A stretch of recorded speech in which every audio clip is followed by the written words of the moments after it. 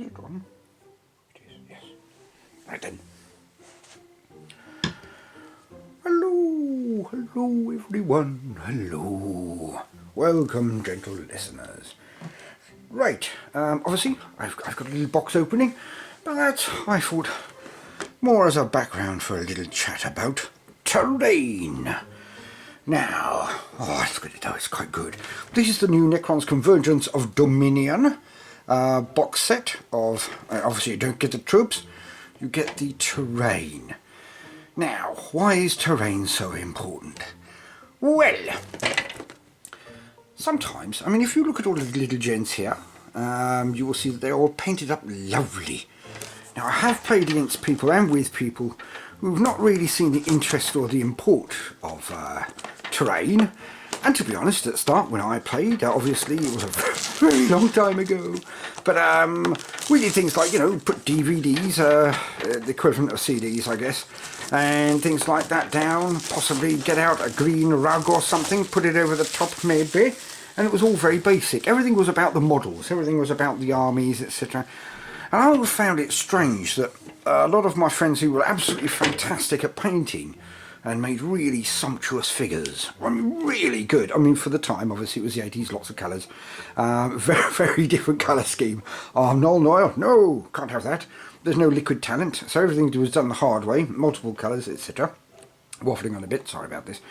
But what I found was that they had a lot of really beautiful models, and then they put it down on, well, a very basic terrain, and there's nothing wrong with that. Don't get me wrong, as we all know, I'm not an elitist in any way, shape or form.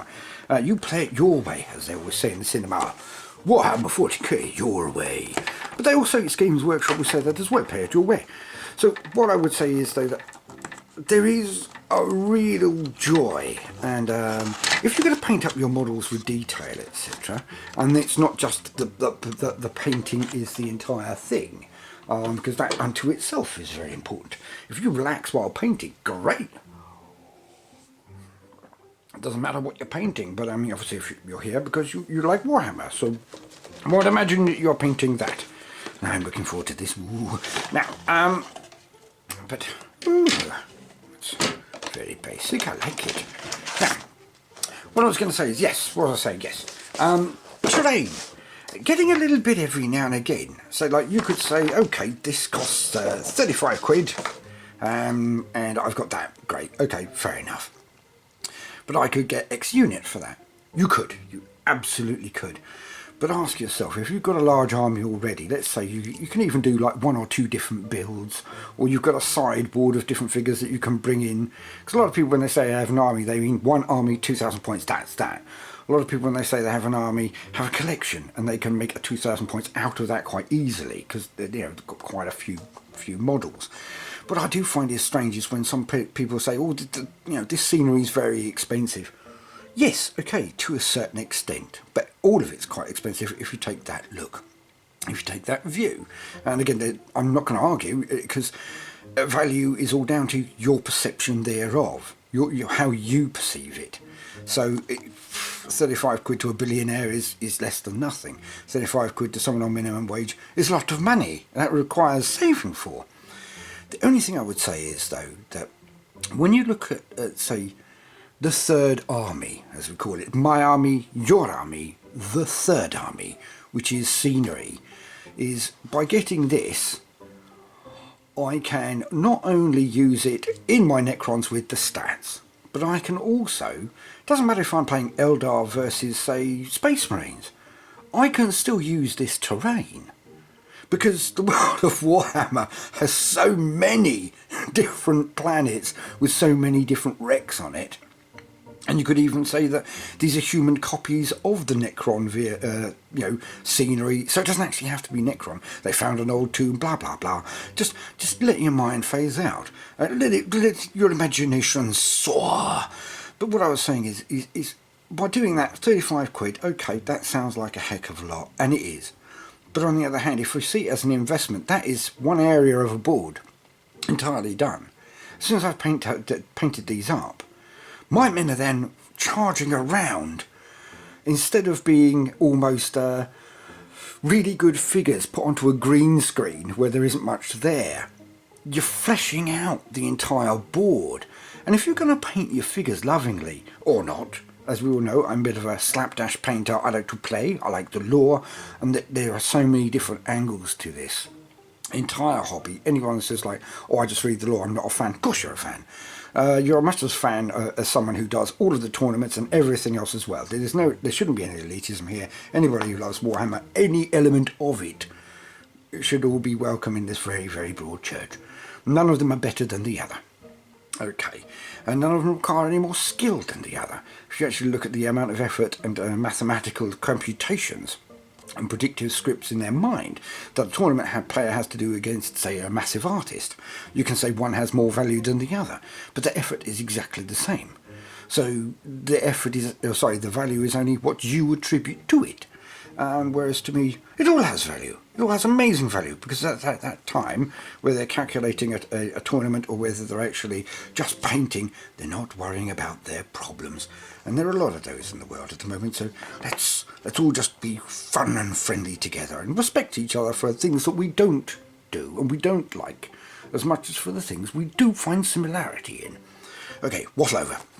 But anyway, now, scenery. Having an entire board full of gorgeously painted scenery can make the entire cinematic element that I've gone into, and I've mentioned before, so much easier. Because your mind kind of switches off and accepts more of it. There's this thing called suspension of disbelief. Everybody knows about it, I'd imagine, probably better than I do. But suspension of disbelief. You agree when watching Star Wars or anything else that there are so many things which shouldn't be realistic and shouldn't happen. But you accept them. You agree. And this is all it is. Agreeing to dream along with them, to play along according to the rules of the game. That's called suspension of disbelief. But if I had, say, Space Marines fighting over this, that wouldn't be too bad, because it's kind of, it's... You could say, well, it's all right, it's all wooden, it looks like steps, it's an elf thing. But in my mind, I will always be thinking, well, no, it's just coasters. So these things allow you, if you cannot imagine enough, which is fine, but when you have to put in too much effort, it kind of detracts from things. So this is... Buying scenery will help you enjoy the game if you're a player, okay? And if you're a painter and a collector, having these things around to put your troops around, to make them look wonderful. You can create dioramas all over the place with this kind of thing, from different angles, different shots, people running around them, all kinds of things. So just... there is worth there. One, they're great models. Two, they're an opportunity to paint. Three, always escapism. Sorry about that. Always escapism. But again, it's an investment that you can use in any army. It's the third army. The scenery. So don't look at the scenery and say, oh my God, that's going to be expensive. Say to yourself, okay, what would I pay for a model, a unit, that I could use in any game, no matter which army I was playing? You'd say, well, it's impossible. Well, look at it like this. This is another part of my army. So if you've got like two armies, so like you've got Blood Angels and you say got Necrons, I don't know why I say that. I do, of course, I play them. But if you had those two, then there's no reason why you shouldn't then say, okay, and these bits here. Now, most of them you can make yourself, and I actually encourage that, because again, it's expression, it's relaxing, it's fun. But if you don't have much time, don't have a good, you're not great with your hands. I'm not great with my hands. So things like this just really bloody help. They make it easier. As I say, they make the entire thing a pageant. And then you can see that your men are really running around inside a dream world of this horrible, dingy, grim darkness. And that will help you. Also, if you ever take pictures and other such things, and again, that's one thing that drives me mad. I'm awful with the camera, as we can see, but I'm trying to get better. But again, I don't have that visual flair that, say, a lot of painters and a lot of photographers would. But even so, I find it really weird when, say, someone does 100 hours on a model and then puts it up on a picture, and then they've got this black background so you can't actually see it. So if you're going to take a picture of one of your piece of work, do it justice. Get a white background and all the rest of it so you can see it in all its beauty. Okay? It's just really disappointing to see someone who spent hundreds of hours on a fantastic army and then you can't make it out. So I'm not saying buy a brilliant camera, just spend 2 minutes thinking about the creation of your picture as you would do to share with your friends and other brothers and sisters online. Just put it on a white background or something so you can truly see the figure. Because that's one thing that I do, but drives me nutty. Not in a negative way towards the person. It's just I feel disappointed. It's like, oh, it looks so amazing. Come on, let me lash out on it properly. Put it on a white background so I can see it. You've put in so much hard work. Let me enjoy it properly. Come on. But again, not in a negative way, more in a, give me that 1 extra point of time and you'll get 10 extra points on the thumbs up. And that's what we do for. So, some models, some creations, some things that we can run around. And this is something that does happen with a lot of scenery. People say, oh, I don't have to spend that long putting it together.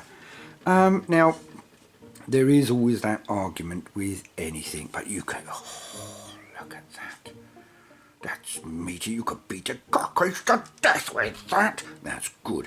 Now, and again, you do need meaty scenery because if it's too fingerly, it'll fall over because you're always moving past it, moving things around. So if it falls over too easily and it's too spindly and breaks all the time, you end up stop using it, trust me. It's a bane of things breaking, so just be careful. But look at this. This is meaty. Oh, and look at the detail on it, see? Now, I can put as much effort into that as I would do one of my little men, one of my soldiers, one of my HQs, or I can just base paint it, chuck it on a board, and have it almost just fuzzy. Because of time and other such things, put on some oil, some Agrax Earthshade, and then get some, you know. And there are a million little videos out there. If you have a thought about something like, well, how do I make a moss effect? Don't kill yourself. Go on YouTube and find someone. Unless, of course, you want to just see if you can work it out as a conundrum. Of course, always backing away from never do this or that or whatever. Always do what you want to do. But again, if you have an idea and you just don't know how to do it, just go online. There is such a huge amount of wonderful people in this community doing painting, doing what Mrs. B calls my decorations as a bit of fun. Yes, scenery, decorations, well, they are decorations, aren't they, really? She's absolutely right, but it's still annoying when she says it. But there again, what wife should not be able to wind up their husband?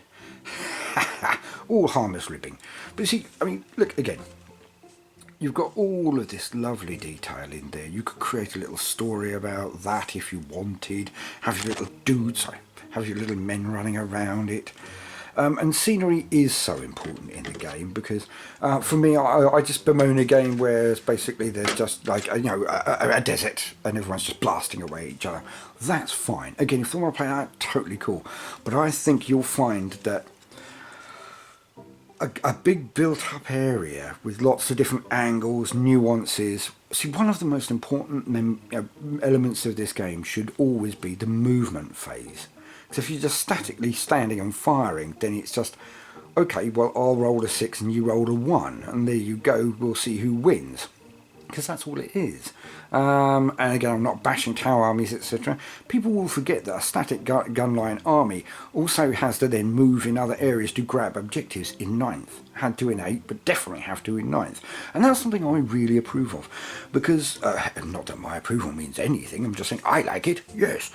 Because it means that people then have to actually think about their moves, move their men around, and the more to and fro you can get going on, the more cut and thrust, the more dangerous charges, these dramatic moments, are what you're playing it for.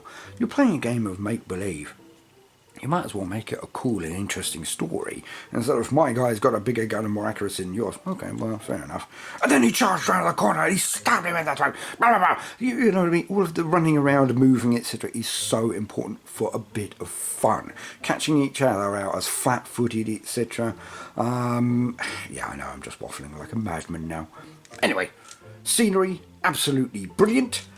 I really look forward to this, and again, I am so happy it's quite chunky, because that means that I won't break it in my clumsiness, which is just great. And obviously, if it's meaty, then it moves easier as well when you're going over to a friend's house, and that's it. as well, people forget. So like if you're playing with one other guy on a regular basis, well, you get one piece of scenery, even in 3 months. He gets one piece of scenery, even in 3 months. You build a load of fun things yourself, and you've got a board. You've got a board between the two of you. Then eventually you'll break off your own board, etc. But if you're playing with one other person, see if you can't even go halves on it. And then just get one piece and see how you feel. See if it actually improves your game. Now, again, when I first started playing, it was just, and to a certain extent it always has been, the amount of troops and all such things. I love moving little men around. I love the lore. I love playing. I love reading. And again, I love playing. I love playing as well. So I'm less of a painter. Again, having an entirely painted army on a beautiful board, there is actually very few things in the hobby which is more fun, honestly. I would rather lose on a beautiful board with beautifully painted figures than now that I have experienced it more often, than I would steamroll someone with just blanks of grey. And that's all I can say. Get one piece of scenery. Make it yourself. Buy it from a third party. Buy it from GW. Do anything you like. But I ask you, I challenge you, if you've never considered scenery as part of your army or your collection, get just one piece. Paint it up nicely. Don't have to spend long. Dry brushing and other such techniques, you can have it done in half hour. Done. Or make it a work of art, whichever.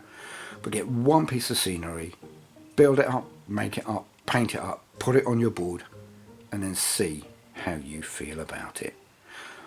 Because I am pretty sure that I am no exceptional person, and I am pretty sure that when you try it, you will love it, and soon the rest of your board, whether it be a day, a month, a week, or a year, your board will one day be the kind of thing where as you step back and the two of you and your opponent, you just nod at each other.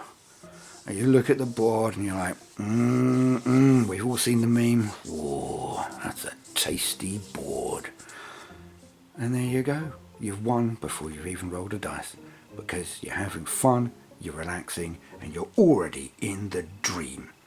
You're reducing the amount of suspension of disbelief you need to apply, thus allowing your mind to relax further and play out your very own movie on the board, where you're the general, of course.